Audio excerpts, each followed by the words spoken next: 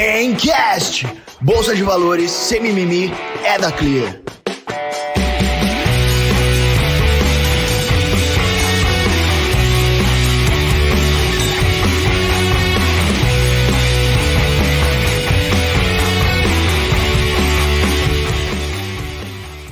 Fala galera, sejam todos muito bem-vindos a mais um episódio do Game Delas e hoje nós temos aí algumas convidadas especiais para a gente bater um papo. Mas antes, Martinha, eu quero saber como é que você tá hoje.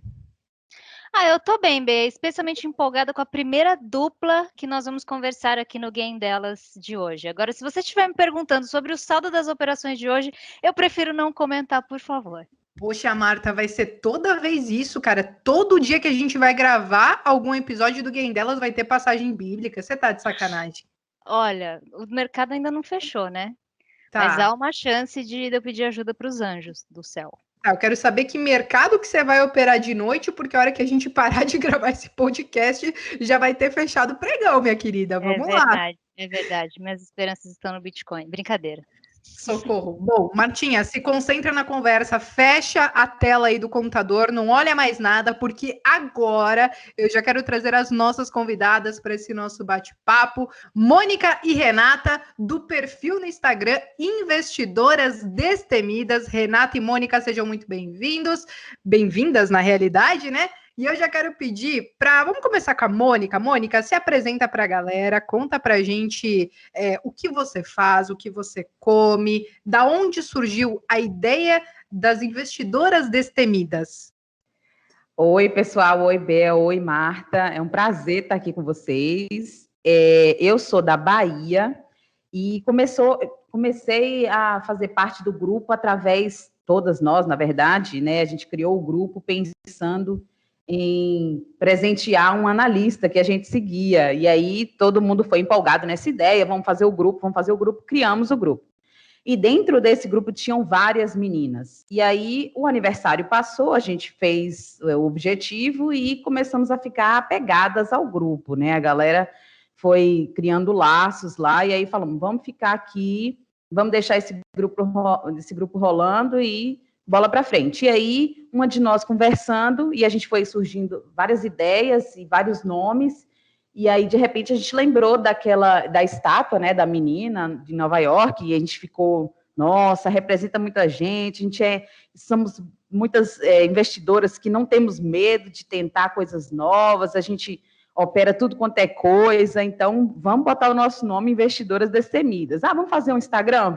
Vamos fazer um Instagram com educacional para esse povo, para esse povo achar o que a gente teve dificuldade de encontrar na internet, que era informação de qualidade e organizada, né? Que a gente via muita coisa assim separada e a gente tinha que juntar para estudar, e aí a gente decidiu, foi quando surgiu esse projeto das Investidoras Destemidas. E, Mônica, você trabalha com investimentos, você trabalha com as redes sociais, com essa parte de educação financeira, você também opera no mercado ali? Opero desde 2018. Assim, eu comecei devagarzinho, porque eu não conhecia muito, e aí eu fui aprendendo junto com as meninas também lá no grupo. Algumas operavam antes, iam dando dica para a gente, né? E a gente ia aprendendo. E aí eu fui entrando de cabeça nisso aí. Para começar bem, eu iniciei na renda variável através de day trade no índice, né? Que não é o certo, assim, o pessoal diz, mas foi como eu comecei. E aí, até hoje eu opero no mercado. Swing trade, longo prazo, né? Eu tenho minhas ações de longo prazo e de vez em quando eu faço um day trade também. Eu não trabalho na área, assim, eu comecei agora a trabalhar na área, né? Sou recém-contratada de um escritório de agente autônomo, mas eu trabalho na área de auxiliar administrativo de uma autarquia federal, então eu sou concursada. Aí duas coisas totalmente diferentes, mas como eu descobri minha paixão nos investimentos, aí eu estou decidindo ir para esse lado, e é uma coisa que eu me envolvo cada vez mais, e é isso que eu gosto, e é isso que eu quero fazer para o resto da minha vida, se der certo. Gente, eu tô quase trocando o nome da Mônica para Julius, né? Vai ter 5 empregos, porque o meu marido tem 5 empregos, entendeu? É isso, tá tudo bem. A bicha véia vai se virar nos 30, mas olha, vai fazer vender esse negócio de mercado financeiro. Mônica, ok, muito bem-vinda. Agora eu vou passar a palavra para a Renata, porque eu quero que a Renata se apresente. Como que ela foi parar, então, né, no Investidoras Destemidas? O que que ela faz? Se ela opera? Qual é a função principal dela, né, dentro de todo esse grupo que ajuda aí diversas investidoras? Olá, pessoal. Boa tarde para vocês. Eu sou a Renata. Eu sou professora de uma instituição federal. A minha formação, eu sou formada na área de administração contábeis e tenho doutorado na área de administração também. E eu atuo com disciplinas relacionadas à administração financeira. Então, finanças corporativas sempre foi uma grande paixão. Eu atuo na área de investimento como investidoras mesmo, desde o meu primeiro emprego, que foi num grande banco. E aí, desde então, eu invisto, naquela época, principalmente nas blue chips, né? A gente tinha até um momento em que era permitido você tirar parte do seu fundo de garantia e investir, depois retornar. Então, eu sempre fazia isso, né? Assim, até o momento em que isso era permitido. E foi aí que eu comecei a ter contato com esse universo. E fora que, quando eu trabalhava no banco, eu era responsável por uma agência dentro de uma grande empresa. E eu tinha vários clientes, né, que me solicitavam recomendações de produtos do banco e eu precisava, então, estudá-los para poder auxiliar esses clientes também, certo? Bom, recentemente eu tirei a certificação CNPI. Como já lecionava disciplinas nessa área, né, de contábeis e de finanças corporativas, então eu associei as coisas. Mas foi uma trajetória, porque primeiro eu foquei na carreira, então, acadêmica, fui conquistando ali mestrado e doutorado, e aí depois, quando isso tudo se concretizou, eu fui buscar certificações no mercado também. No Investidoras Destemidas, a gente reuniu, então, com esse objetivo que a Mônica descreveu, uma quantidade de mulheres que fazem de tudo e mais um pouco nas suas 5, 10 jornadas de trabalho, muitas com filhos, sem filhos, aquelas que trabalham fora, aquelas que não trabalham, mas também que acabam trabalhando em outras coisas, e muito, mas todas muito, muito afoitas por conhecimento aí na área de investimentos no mercado financeiro de uma forma geral. E, Renata, você está operando o mercado de alguma maneira? Você olha para o day trade, para o swing trade? Você tem alguma modalidade que você opera mais? Então, na verdade, o meu CNPI é fundamentalista, mas gráfico também é uma paixão. E eu fui aprender a partir do momento que eu tive contato aí com as meninas e que a gente fez alguns cursos juntas. Eu opero índice. Né, ontem mesmo tive um game maravilhoso de 2.000 pontinhos ali naquela queda que eu fiquei igual uma rica doida, pulando e saltitando o resto do dia. Maravilhoso. Foi mesmo. E ações, né? Então eu gosto de separar a minha carteira de longo prazo, e para isso eu deixo numa corretora específica, porque ela recebe aportes todos os meses. E trabalho em outra corretora, então, com swing trade day trade. Então, basicamente isso. Renata, eu fiquei curiosa na hora que você falou que você investiu o seu fundo de garantia. Eu trabalhei alguns anos na Caixa, né? Eu trabalhei e eu lembro que uma galera ia lá fazer isso, né? Investir com um fundo de garantia, mas eu confesso que eu era muito nova, nem cheguei a me aprofundar para saber como é que funcionava isso. Você não tinha tantas ações que você podia investir, né? Eu lembro que a galera ia muito em Petro, Vale. Você lembra como é que funcionava isso? Na verdade, você solicitava, né, a transferência do seu fundo de garantia, e aí você podia investir até 50% do saldo que estivesse ali. E realmente o foco era blue chips. Primeiro porque a gente tinha uma segurança maior de que essas empresas seriam mais perenes do que as outras, né? Teriam mais longevidade aí do que as outras. E também eram as mais factíveis em termos de informação na época. né, eram as empresas que a gente conseguia obter mais informações com mais transparência naquela época.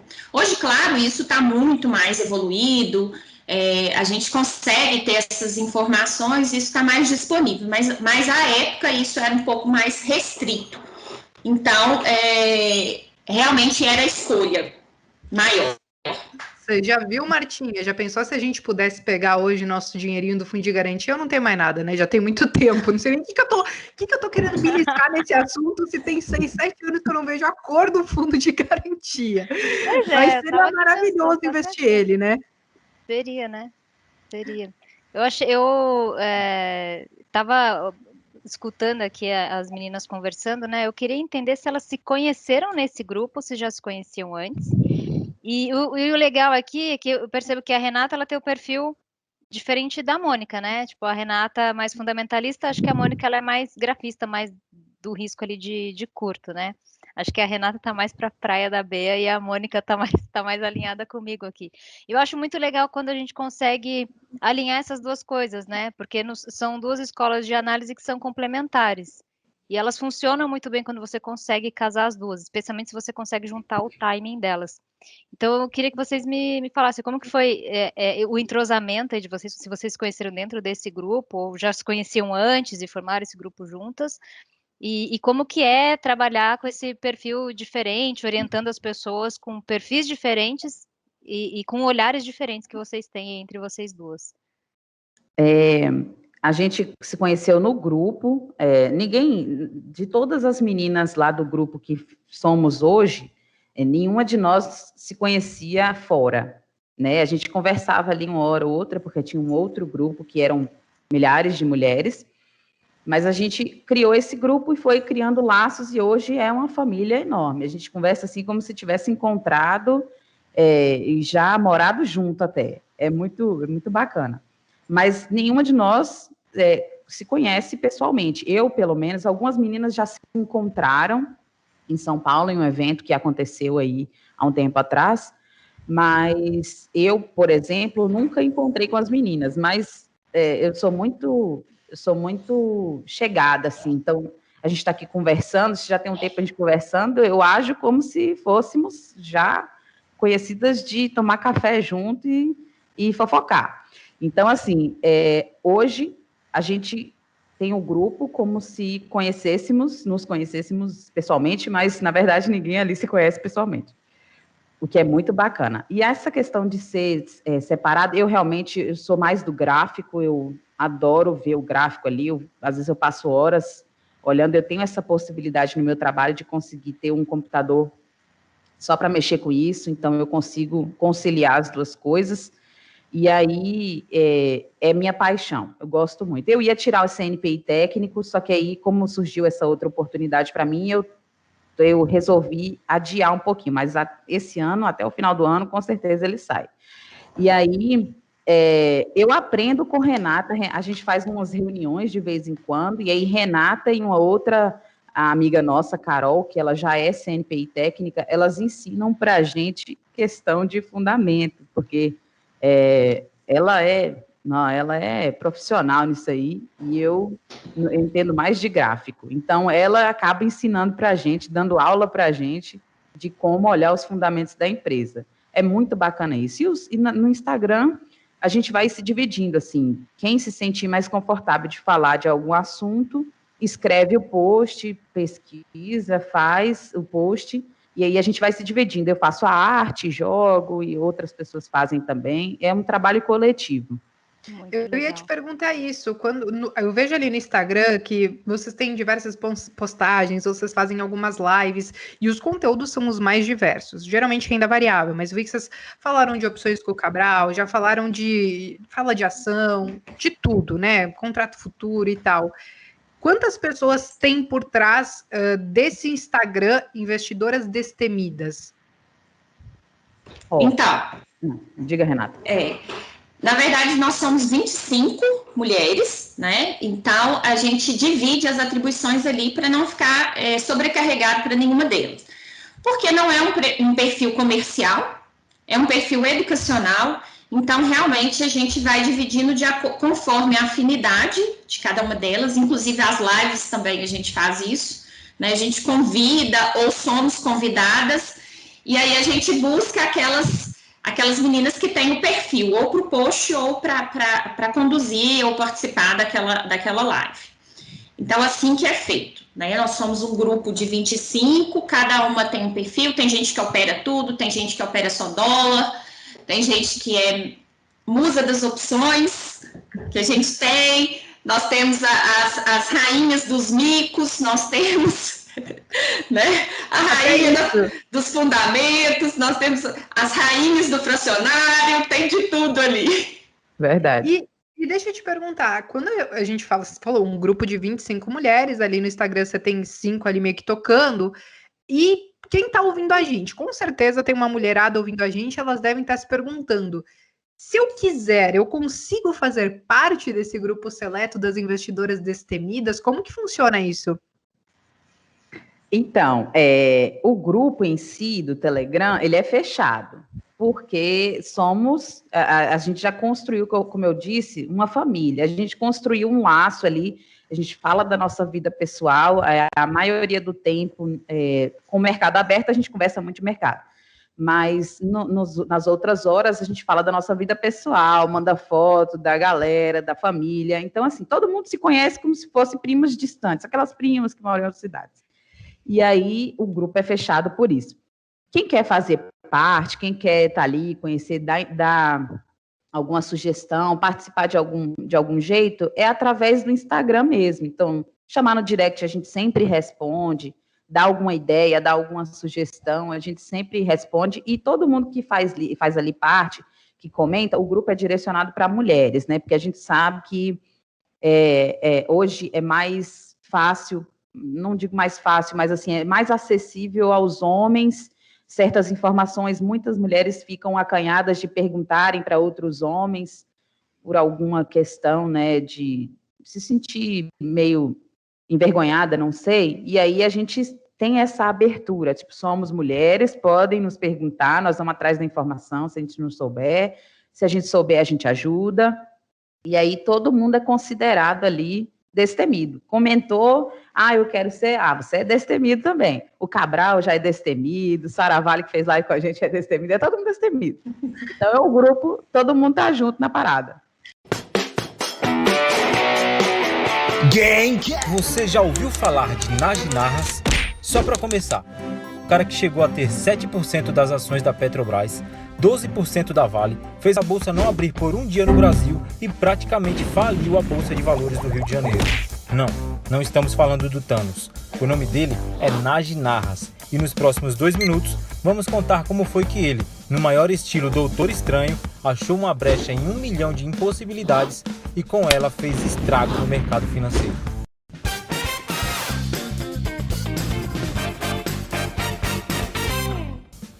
Nasceu no Líbano, cresceu no Egito, estudou na Inglaterra, se envolveu com os irmãos Hunt nos Estados Unidos e só então Narras chegou ao Brasil para virar uma verdadeira lenda.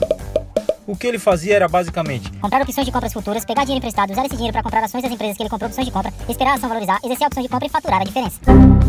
Calma, eu sei que isso aqui ficou mais confuso que um episódio de Dark. Ô, Mônica, você sabe que isso que você falou, que às vezes algumas mulheres, ou enfim, alguém que às vezes está ali numa aula, ou está numa live, ou, sei lá, está numa sala de analistas ali, ouvindo o analista comentar alguma coisa, eu já conversei com muitas que falavam assim, eu tinha vergonha de perguntar, porque você só vê um monte de homem falando, perguntando, interagindo, e aí às vezes eu ficava meio acanhada, assim, de tipo, eu quero perguntar, mas eu tenho receio de dar um balão ou alguma coisa assim. Eu já conversei com pessoas assim, e eu acho que tem acontecido um movimento muito legal, principalmente em redes sociais, em YouTube e tudo mais, que eu acho que cada vez mais a gente está com uma linguagem que gera identificação para esse público, mas claro, para todos os públicos também. Então, acho que a gente tem tornado o mercado muito mais inclusivo e acessível também, né?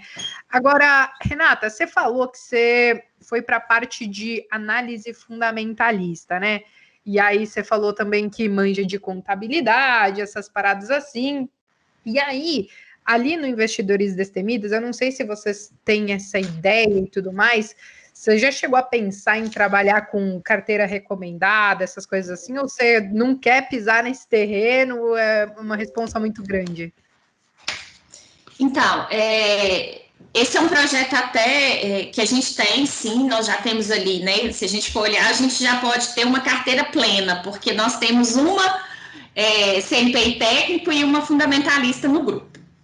E a gente fala, né? A gente traz um conceito até de avaliação 360, que foi até, a gente fez a mentoria do professor Mira e ele trabalha com esse conceito. Então, a gente fala assim, a carteira 360 é que tem uma avaliação fundamentalista e uns bons pontos de entrada e de saída gráficos, certo? Bom, como nós somos um grupo, não somos um perfil comercial, ali a gente tem mais um perfil educacional, não é essa a nossa intenção por enquanto, mas todas ali têm desejo de atuar como profissionais do mercado financeiro, certo? Eu já atuo dessa forma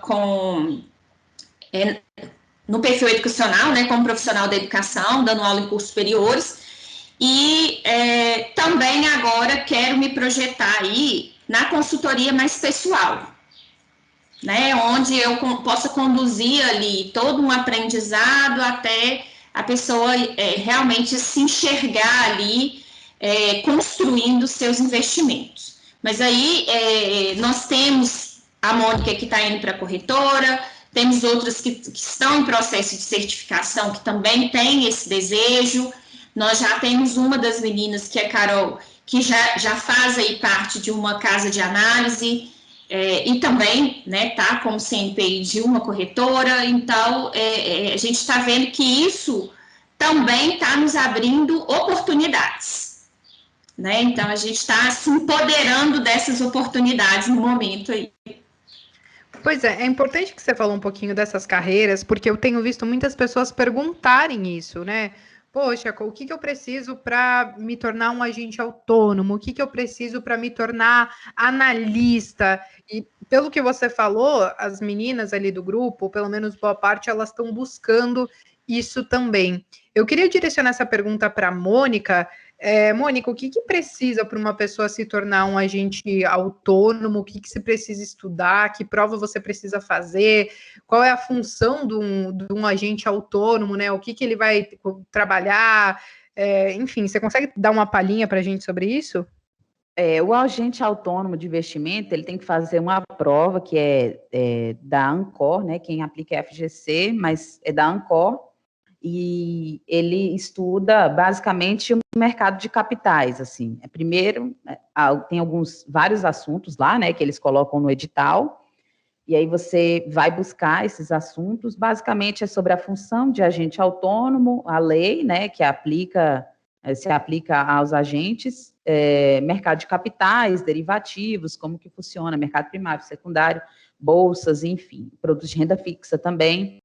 Ele tem que saber um pouquinho de tudo, não especificamente, é bom saber, óbvio, que se você tiver um profissional que te assessora, que tem conhecimento de tudo, um pouco, ou um pouco mais aperfeiçoado das coisas, ele vai poder te dar esse auxílio mais facilmente.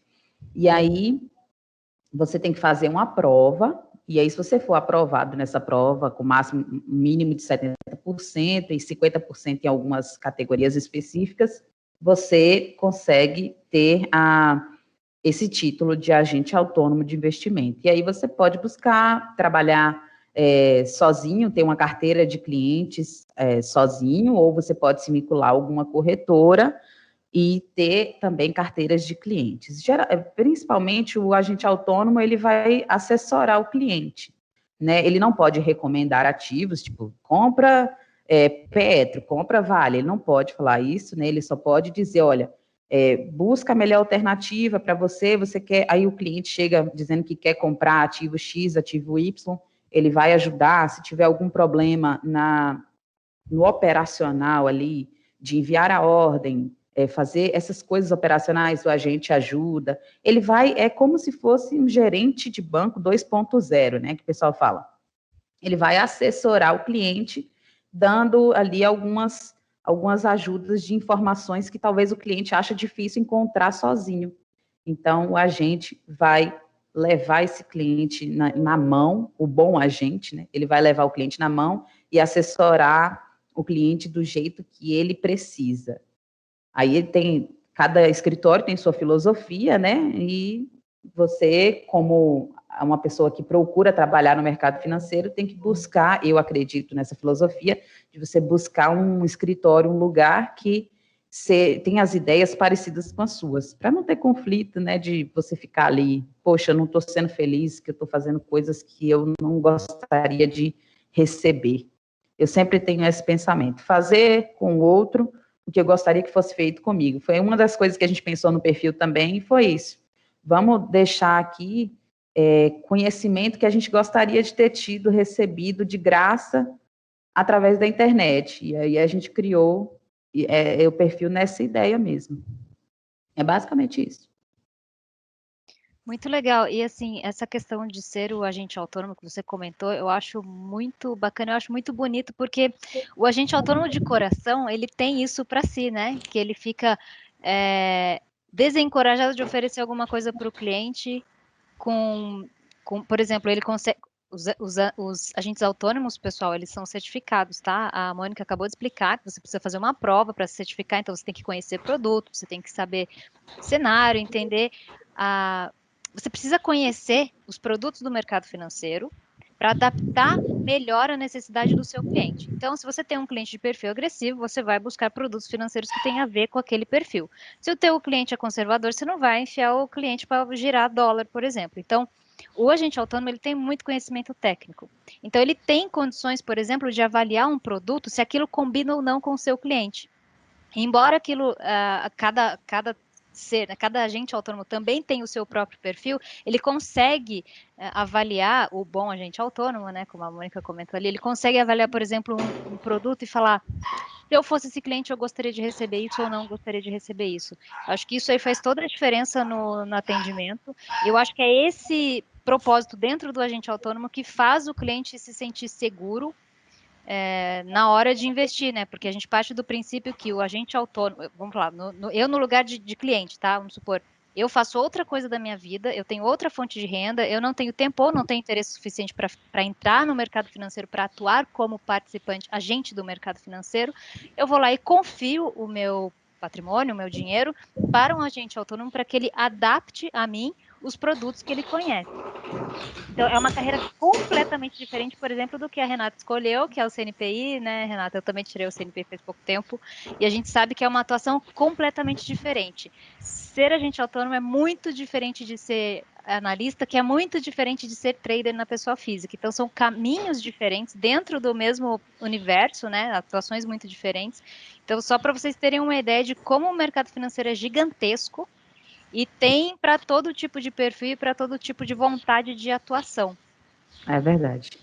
É isso aí. Ô, Renata, e deixa eu te perguntar agora, voltando um pouquinho para o Investidoras Destemidas, eu vejo ali, claro, os conteúdos de vocês, vejo que vocês falam muito de renda variável, e eu queria entender a ideia, aonde vocês querem chegar com Investidores Destemidas, né? Eu não sei se a ideia de vocês é mostrar para as pessoas que, olha, gente, renda variável existe e não é um cassino. Qual é a ideia, olhando daqui para frente e pensando em como as pessoas no Brasil são educadas financeiramente? Não sei se vocês têm ideia, às vezes, do alcance que vocês têm também, porque às vezes a gente acha, olha, eu estou fazendo um trabalho aqui de formiguinha e tudo mais, mas às vezes o seu conteúdo é compartilhado, a pessoa vai lá e marca alguém no post e tudo mais, e isso acaba influenciando as pessoas, né? Então, eu não sei o que você acha hoje de como está essa questão da educação financeira no Brasil em si, e de que maneira a gente consegue contribuir através desses conteúdos que vocês estão gerando.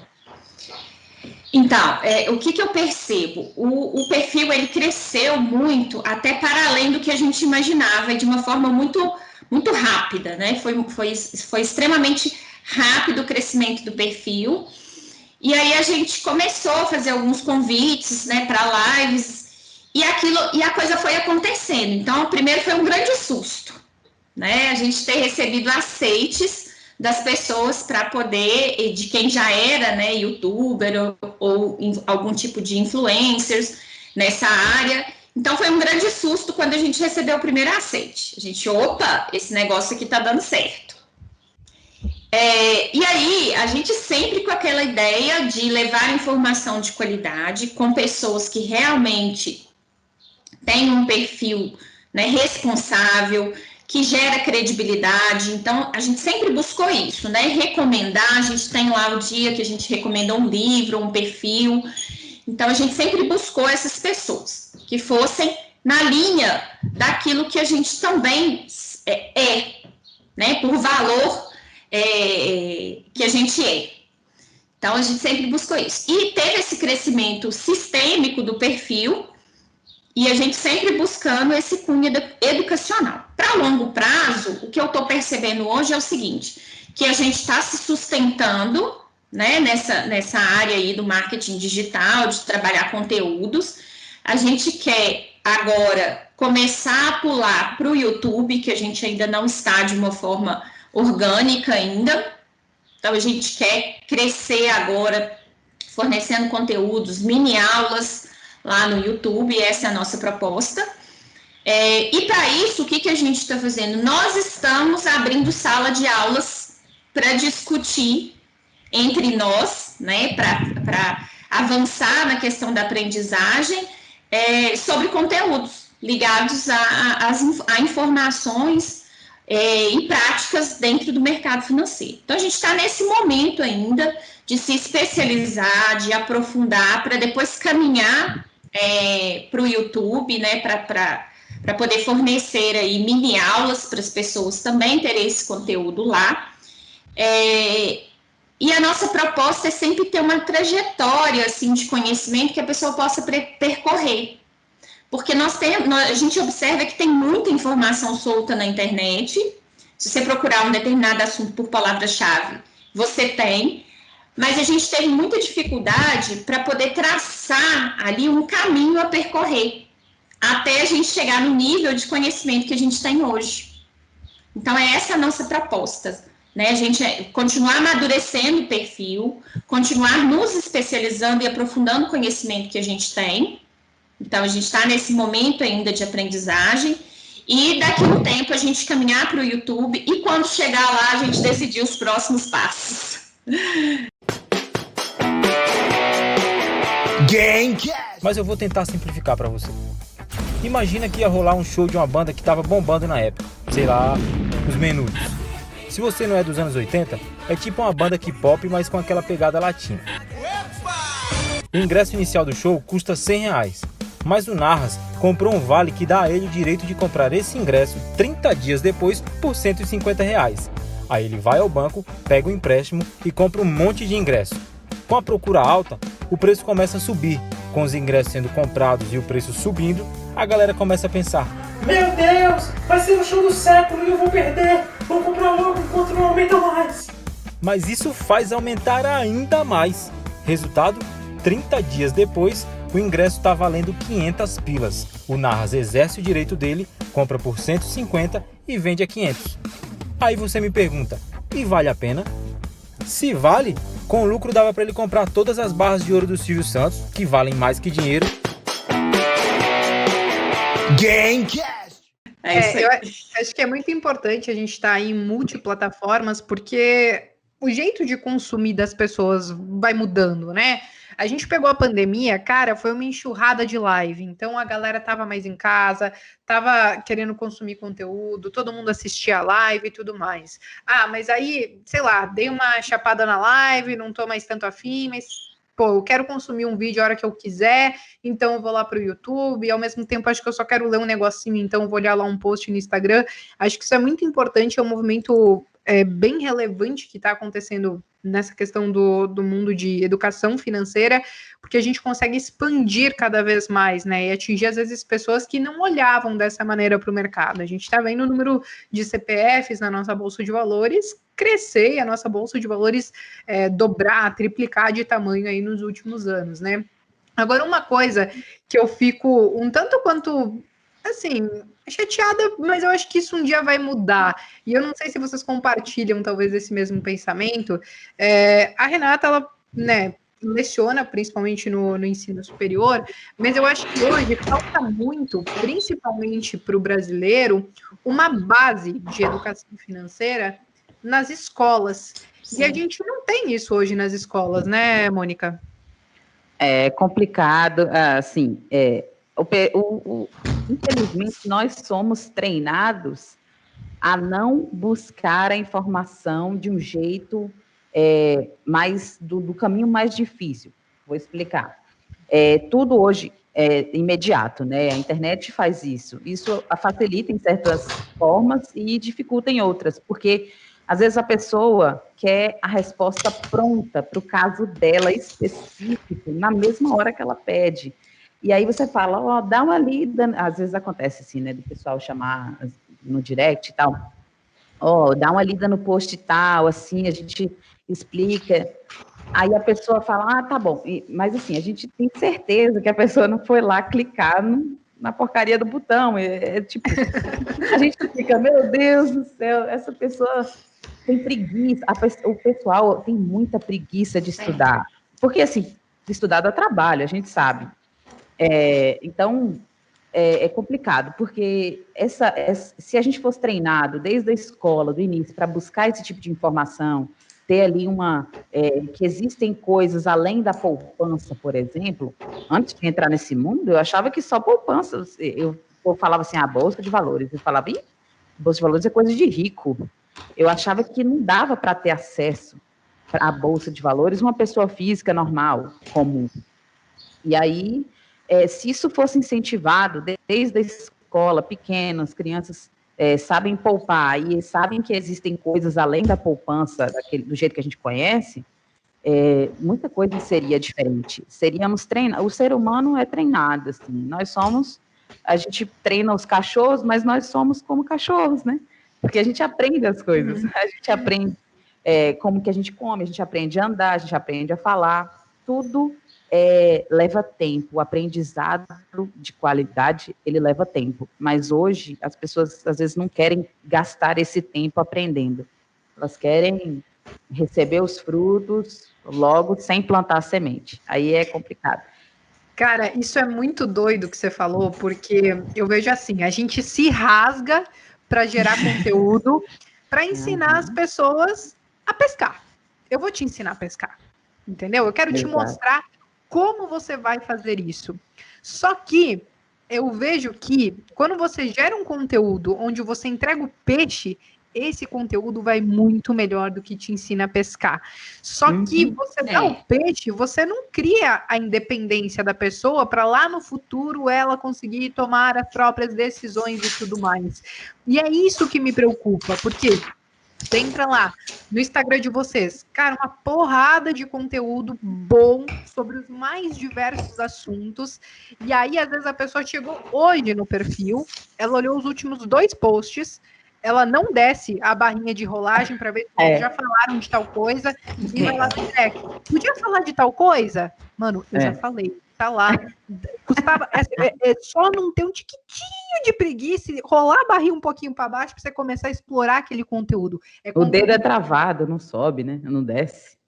Não, pois é, e o conteúdo tá lá de graça, vocês se empenharam para fazer, é só a pessoa pesquisar um pouquinho. E aí eu não sei, Renata, se vocês sentem isso eventualmente, que quando vocês fazem diversas lives, né? Então tem live que às vezes vocês vão ter um convidado que vai entregar o peixe, e você tem live que o convidado vai ensinar a pescar. Você sente essa diferença de demanda por conteúdo da galera? Sinto sim, e assim, até uma observação, aliás, uma constatação nossa, né, que as pessoas, elas têm preguiça, inclusive, de ler.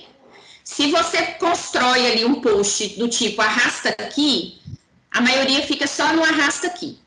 É muito visual, né, e pouco ali, deixa eu ver o que tá aqui, o conteúdo, deixa eu adentrar nisso aqui, ou então, olha que bacana, deixa eu procurar mais informação, quem mais fala isso aqui, onde que eu posso buscar. Então, isso é uma constatação, não é nenhuma percepção, não, é constatação mesmo.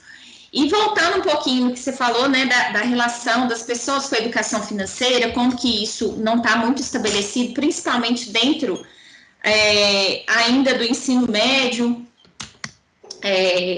do conhecimento das crianças, da relação das famílias com o dinheiro, né, porque pouco se conversa sobre dinheiro dentro das famílias mesmo, né, e há pouco tempo que a gente viu as mulheres se empoderando também da forma como elas lidam com o dinheiro, né, a gente percebe isso. Talvez nas grandes metrópoles isso já seja algo que esteja acontecendo há mais tempo, mas no interior a gente percebe que isso é muito diferente, né? Então, e agora, o que a gente também está vendo é que com o acesso a tecnologias, redes sociais, isso está ficando um pouco mais acessível, já melhorou substancialmente, e está começando a virar pauta de discussão das famílias, né? No relacionamento dos pais com as crianças, no relacionamento entre casais, entre mãe e filhos, pais e filhos, enfim, isso está acontecendo. Mas ainda estamos num processo de tartaruga. Tem uma pesquisa que eu lembro que eu estudei ela, que foi uma pesquisa divulgada, salvo engano, no site da Ambima, é isso mesmo, no site da Ambima, que hoje nós temos aí mais de 50% da população que não guardam dinheiro de forma nenhuma. Quer dizer, isso é muito substancial, né? Mais de 50% não guarda dinheiro de forma nenhuma. E uma parcela pequena disso guarda dinheiro, mas não sabe investir. Guarda porque sabe que tem que guardar. Então, eu sei que eu tenho que poupar, mas eu não sei o que fazer com isso, né? Com esse dinheiro. Como que eu posso melhorar o desempenho e performance desse dinheiro? Então, ali não tem, às vezes, conhecimento mínimo de alguma coisa ali que ela possa trabalhar melhor com o seu dinheiro. Então, eu percebo que agora que as pessoas estão empoderando disso, porque essa informação está chegando, mas ainda é um universo muito grande a ser trabalhado, né? É um desafio imenso. É muito louco, porque hoje eu estava lendo uma reportagem que quem deixou dinheiro na poupança em 2020 perdeu dinheiro. Perdeu assim, né? Você não vai ver o patrimônio diminuir. Mas quando você vai para juro real, que você tem que descontar a inflação da Selic, ou do quanto rende uma poupança que é menos do que a Selic, cara, a pessoa perdeu o poder de compra. Só que poucas pessoas sabem disso, poucas pessoas estão ligadas nisso. E aí eu não sei se vocês têm filho, eu sei que a Marta diz que tem criança lá na casa dela, mas não é o filho dela, eu acho, né, Martinha? Mas como é que é a questão da educação financeira para essa criançada aí? Eu tenho um filho, vai fazer 3 anos agora, dia 28, e ele já tem ações. Eu já faço o negócio dele. Eu faço acontecer porque eu queria que isso tivesse sido feito por mim. E assim, quando eu penso que lá na frente, se eu fizer tudo certinho, né? Lá na frente ele não vai vir para mim, mãe, me dá isso, me dá aquilo, porque ele vai ter o dinheiro dele, isso já me dá um alívio danado. Então, eu já estou pensando no lado dele e ele vendo. Já está pensando no seu lado também, né? Claro, lá na frente ele não pedir dinheiro para a mãe, meu filho, tá aqui, ó. Vai pegar suas ações lá, meu querido, faz o que você quiser com elas, você quer o seu dinheiro. Então, eu penso muito nisso, e assim, ele vai vendo isso, e isso vai sendo incorporado na nossa rotina familiar. Eu tenho muito hábito, sempre tive hábito de poupar, ao contrário das minhas irmãs. Eu somos em 3, né? 3 irmãs em casa, e as 2 outras são gastadoras pra caramba. E eu sou a poupadora. Então, eu fui para esse lado. Hoje eu estou ajudando elas ali, às vezes eu dou um puxão de orelha aqui, outra ali, porque minha mãe também é gastadora pra caramba. Então, assim, ele cresceu, ele está dentro desse ambiente familiar, que a gente é um poupador, e ele me vê sempre estudando sobre essas coisas. Acredito eu que, e vou fazer meu papel nisso também, né, de ensinar que existem outras coisas, que ele está sendo dono de empresas, que ele tem que continuar plantando essa semente para poder colher muito mais no futuro. É o que eu queria ter recebido, né? Eu vou fazer com ele o que eu queria que tivessem feito comigo. Com fé em Deus vai dar certo. Gamecast. Os Beatles e o chiclete com banana. Opa. Foi mal em deck, o chiclete não. Bom, o problema é que chegou um momento em que o Narras já era dono de uns 70% dos ativos da Apple. E a galera começou a se ligar na jogada dele. O presidente da Bovespa confiscou a carteira do Narras, que valia quase R$500 bilhão, e convenceu os bancos a não emprestarem mais nada a ele. Resultado disso tudo? Muitos cheques em branco, corretoras quebradas e quase falência da Bolsa do Rio de Janeiro, que nunca mais se recuperou e acabou fechando as portas no ano 2000. O Narras ficou preso domiciliarmente por 1 ano.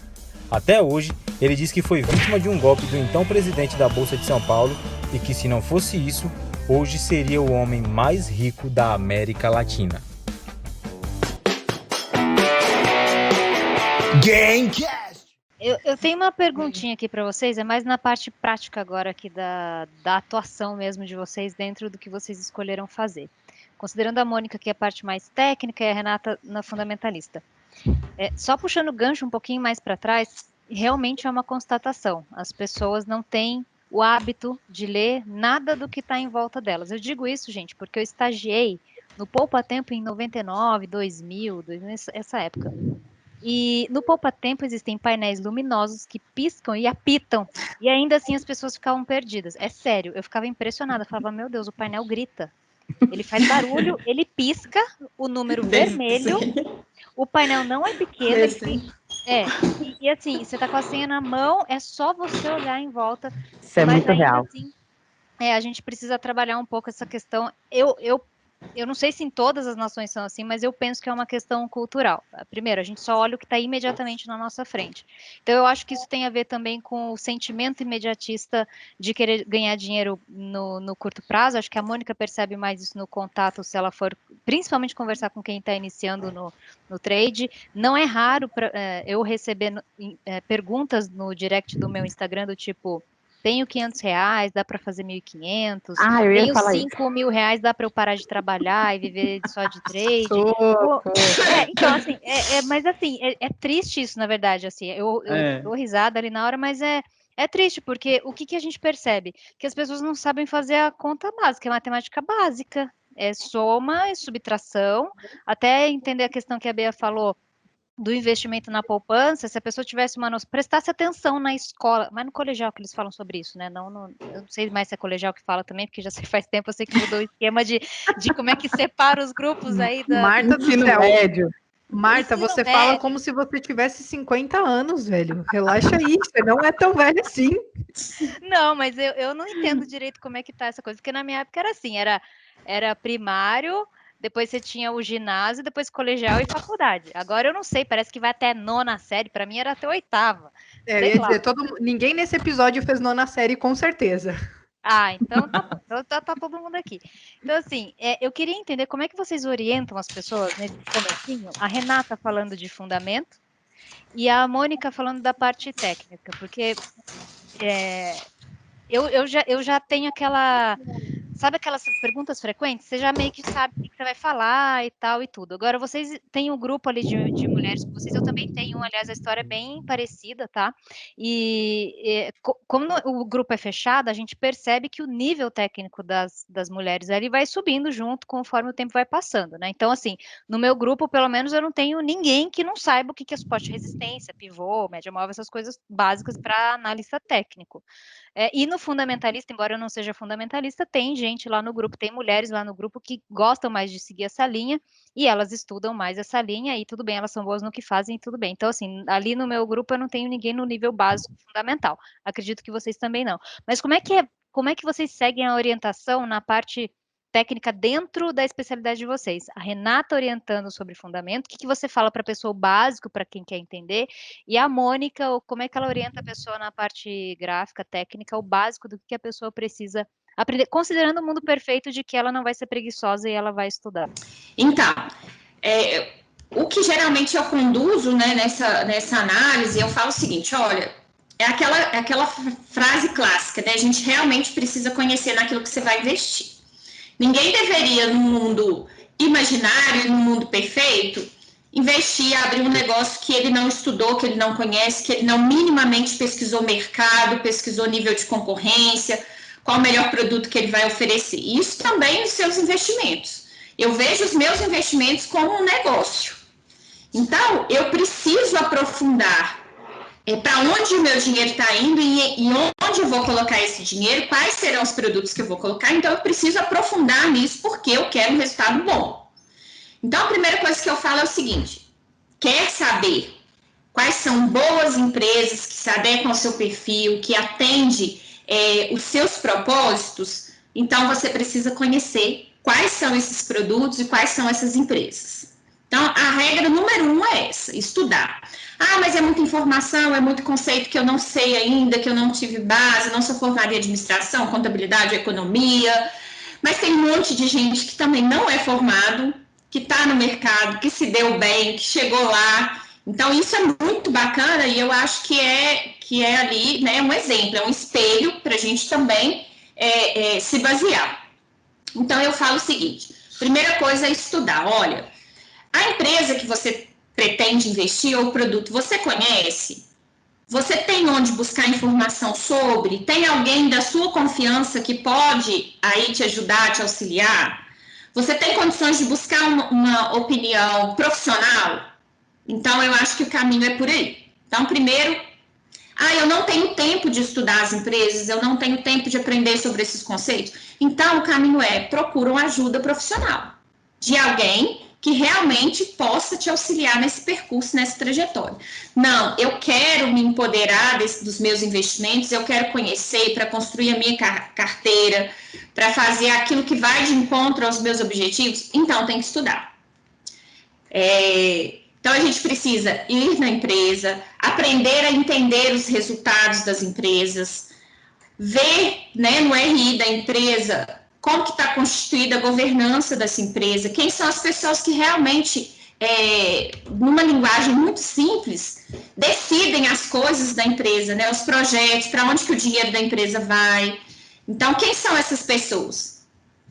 Eu não tenho informação? Gente, é muito simples. Se você entrar no RI da empresa, você vai ver a estrutura organizacional, você pega o nome lá e vai, ou da empresa que controla, ou do controlador, e procura isso, dá uma googada mesmo, procura.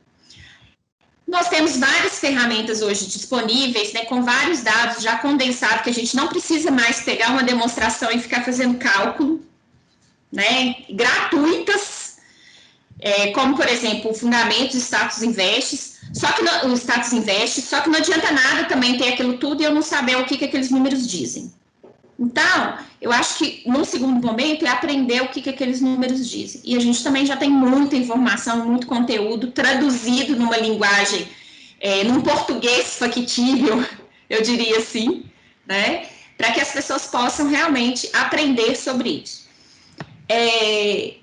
E uma outra vantagem que eu acho dos fundamentos é que você vai ter uma perspectiva de longo prazo. Seus ganhos virão, né, com o passar do tempo. E uma coisa interessante é que ele não causa estresse como posicionamento de curto prazo. Então, para aquelas pessoas, eu trabalho 8 horas por dia, eu trabalho 10 horas, eu não tenho tempo de ficar olhando a minha carteira todo dia, olhando meus ativos todo dia. Então, por exemplo, trade não é para você. Né? Não é o viés que você vai adotar. Mas ainda assim, você quer tratar melhor do seu dinheiro como um negócio?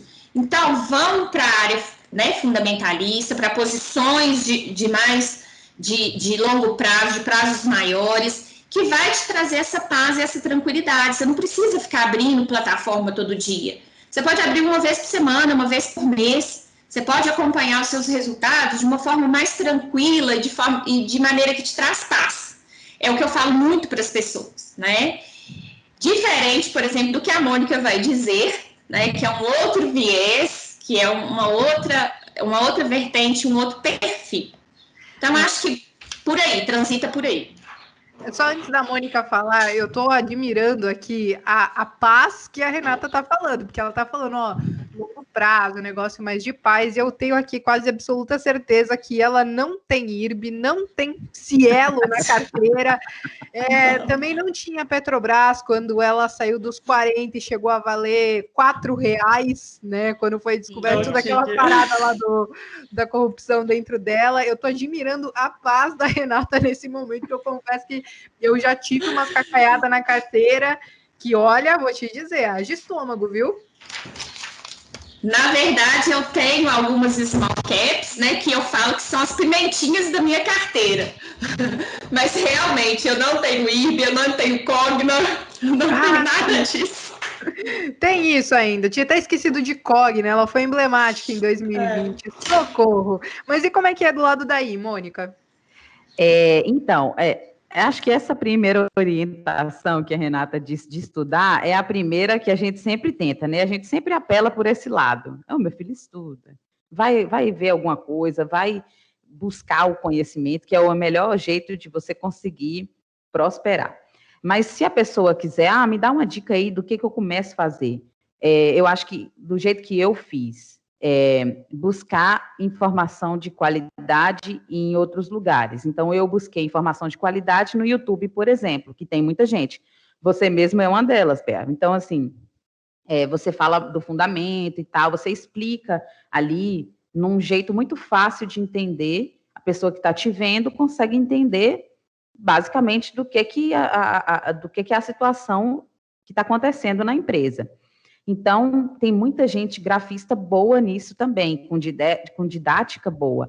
Então, assistir muitos vídeos, ver eles mostrando o gráfico e sentar na frente do computador e olhar o gráfico, olho no gráfico, é o que faz toda a diferença. Por quê? O seu olho vai ficando treinado. Então, assim, igual a Marta falou, eu tenho R$500, como é que eu faço 1 milhão? Ai, meu Deus do céu, sonha bastante que dá, mas assim... Dá mesmo, será? No sonho deve. Sonho, né? No só sonho dá. ganhar sem parar. No sonho. Só ganhando sem perder, ué. No sonho dá certo. E aí, assim, senta... É fato. Senta na frente do computador, abre o gráfico, uma plataforma que seja grátis ou num site, tem o site do TradingView, que você consegue ter os gráficos ali em sua disponibilidade. Abre o gráfico e vai tentando entender o que são os candles que o pessoal fala, suporte e resistência, linha de tendência de alta, linha de tendência de baixa, como é que forma um pivô, se é pivô de alta, pivô de baixa, se eu quiser operar, que tipo de setup que vai fazer, mais eu me sentir confortável. O que Renata falou, você tem que se conhecer, em primeiro lugar, assim, depois de estudar, até antes de estudar, se conhecer. Se você sabe que você não aguenta ver muita emoção, oscilações muito grandes, e você ver ali o negócio acontecendo, você perdendo, talvez o day trade ou o scalp não seja para você, porque são operações rápidas.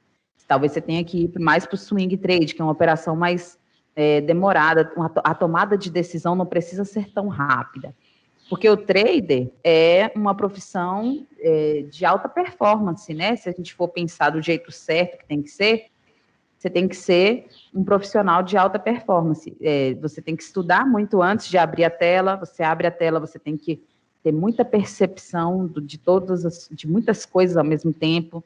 Mesmo se você opera só price action, você vai olhar, você tem que ver quais são os sinais que as velas estão te dando ali, o que pode acontecer.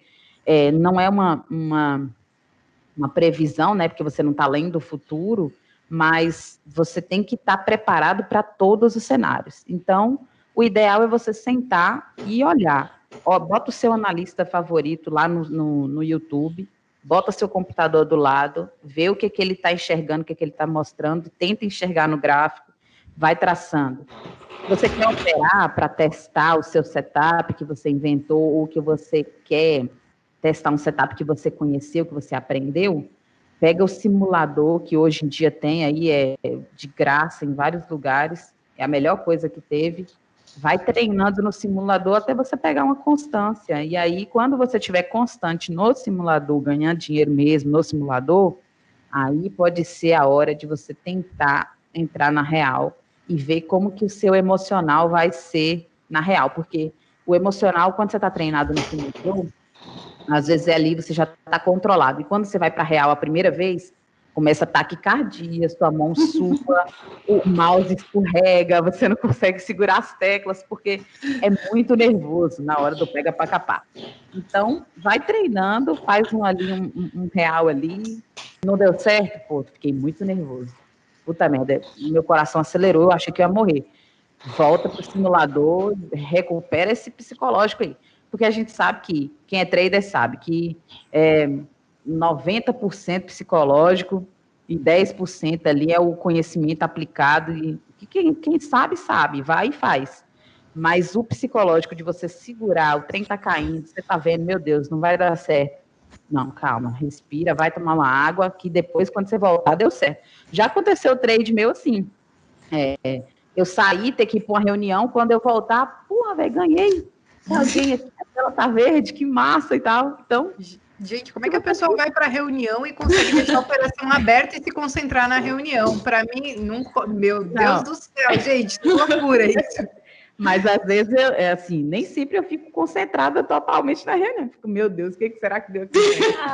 Mas eu acho que é mais a questão, né, Mônica, quando a gente está falando da parte técnica, Bea, eu acho que o que dá paz para a gente entender que se a gente já definiu os stops e eles estão programados, você já sabe se der ruim o tamanho do ruim que vai dar. Eu já fiz isso também, já deixei ordem programada e sair. Eu ia acompanhando pelo celular, dava uma olhadinha aqui, mas nunca fiquei tenso. Na verdade, a atenção era mais tá chegando o fechamento, vou virar posição ou não. Então, a questão era mais essa do que realmente pegar o stop loss, né? Porque eu queria só destacar aqui, que a gente está chegando aqui no nosso horário também, destacar o que a Mônica comentou aqui, galera que está escutando, que foi perfeito o comentário dela. Análise técnica não é previsão. A gente não está fazendo análise de futuro. Inclusive, a gente está fazendo análise de padrões que já se passaram. A gente olha tudo para trás e tenta adaptar a nossa expectativa alinhado com um padrão que acontece bastante naquele ativo. Alguns ativos têm padrões diferentes, aliás, eles são padrões diferentes entre si. Por isso que é importante você conhecer o máximo de padrões que existem possíveis, para que você consiga entender quais são as possibilidades ou probabilidades daquilo acontecer naquele ativo. Então, quanto mais aquele ativo faz aquele padrão, melhor as chances que você tem de entrar numa operação daquela e dar certo. Então, só para destacar que realmente análise técnica não é previsão. Eu achei muito pertinente esse comentário, porque é bastante recorrente, a gente grafista, né? Qual é a previsão do dólar? A previsão do... E aí, amanhã vai cair ou vai subir? Oráculo. Oráculo. Exatamente. E essa questão do stop também é muito importante, gente. Você entrar, é sua estratégia, você tem que seguir a sua estratégia. Você entrou, vai perder X? Eu já me lasquei muito porque mexi no stop. Então, assim, mexi no stop gain com aquela ganancinha, né, que sempre tem. E aí a ação bateu, ou o índice bateu lá no meu ponto, que era o gain, e depois caiu e devolvia as coisas. Então, assim, você deixar o stop lá, é aqui que vai ser o stop, é aqui que vai ficar, eu não vou mexer, e vai ser isso. Maravilhoso. Bom, gente, como a Martinha falou, a gente já está se encaminhando aí para os minutos finais desse nosso bate-papo, e eu confesso que eu gostei muito, e eu confesso que faltou tempo hoje para a gente, porque a gente nem conseguiu explorar o que eu vou dizer para o meu filho quando eu entregar aquela carteira de ações, do tipo, se tu fizer merda, o problema é teu, você vai morar embaixo da ponte, não vou mais te ajudar, porque eu passei a vida inteira ralando para construir uma carteira para você, e você foi lá e jogou tudo fora. Mas, enfim... Não deu tempo nem da gente abordar isso e também, enfim, outros aspectos, e eu espero que a gente possa ter outros bate-papos assim. Mas antes da gente encerrar esse episódio, eu quero trazer o Casaca para a nossa conversa, porque ele sempre tem um convite para a galera que está ouvindo a gente, para seguir a gente nas redes sociais. Então, manda bala, Casaca. Bea, tudo bem? Tudo bem, Marta, Mônica, Renata? Então, vamos lá. O nosso Instagram é o @GameCastOficial, o Twitter é o @GameCast. Estamos no LinkedIn, no YouTube, no Telegram, no TikTok. Bea, não estamos no Twitch, nem inventa. Eu ia perguntar agora se a gente já tinha criado o nosso canal na Twitch. Não, nem inventa. Estamos no Facebook também. E eu acho que é isso. Gamecast.com.br, as principais plataformas de streaming, Spotify, Deezer, Cashbox, Spreaker, todas elas, tá bom? Maravilhoso, Casaca. Agora sim a gente vai se encaminhar para o final do nosso episódio e a gente não poderia acabar de uma maneira diferente sem pedir uma música, né, para cada uma das nossas convidadas. Então, gente, eu não sei se vocês já têm em mente aí o que vocês querem pedir, mas eu quero começar com a Renata. Renata, escolhe uma música para tocar aí no final desse nosso episódio do Game Delas. Deixe-me ver aqui uma música que eu gosto muito. Como sou mineirinha, raiz, né? Eu vou pedir alguma coisa de um dos grupos aqui que eu gosto muito de ouvir, né? Então, a gente pode pedir aí uma música do Jota Quest, que é Amor Maior, que é uma música que eu curto muito, é uma banda mineira também, então acho que tem tudo a ver aí com o momento também. Muito bom, Renata. Mônica, qual é a sua escolha agora? Olha, eu confesso que eu ouço os episódios do Gamecast, e aí toda vez que alguém pede música, eu fico, ai, que música legal. E eu esqueci totalmente que vocês pedem música. Deixa eu ver.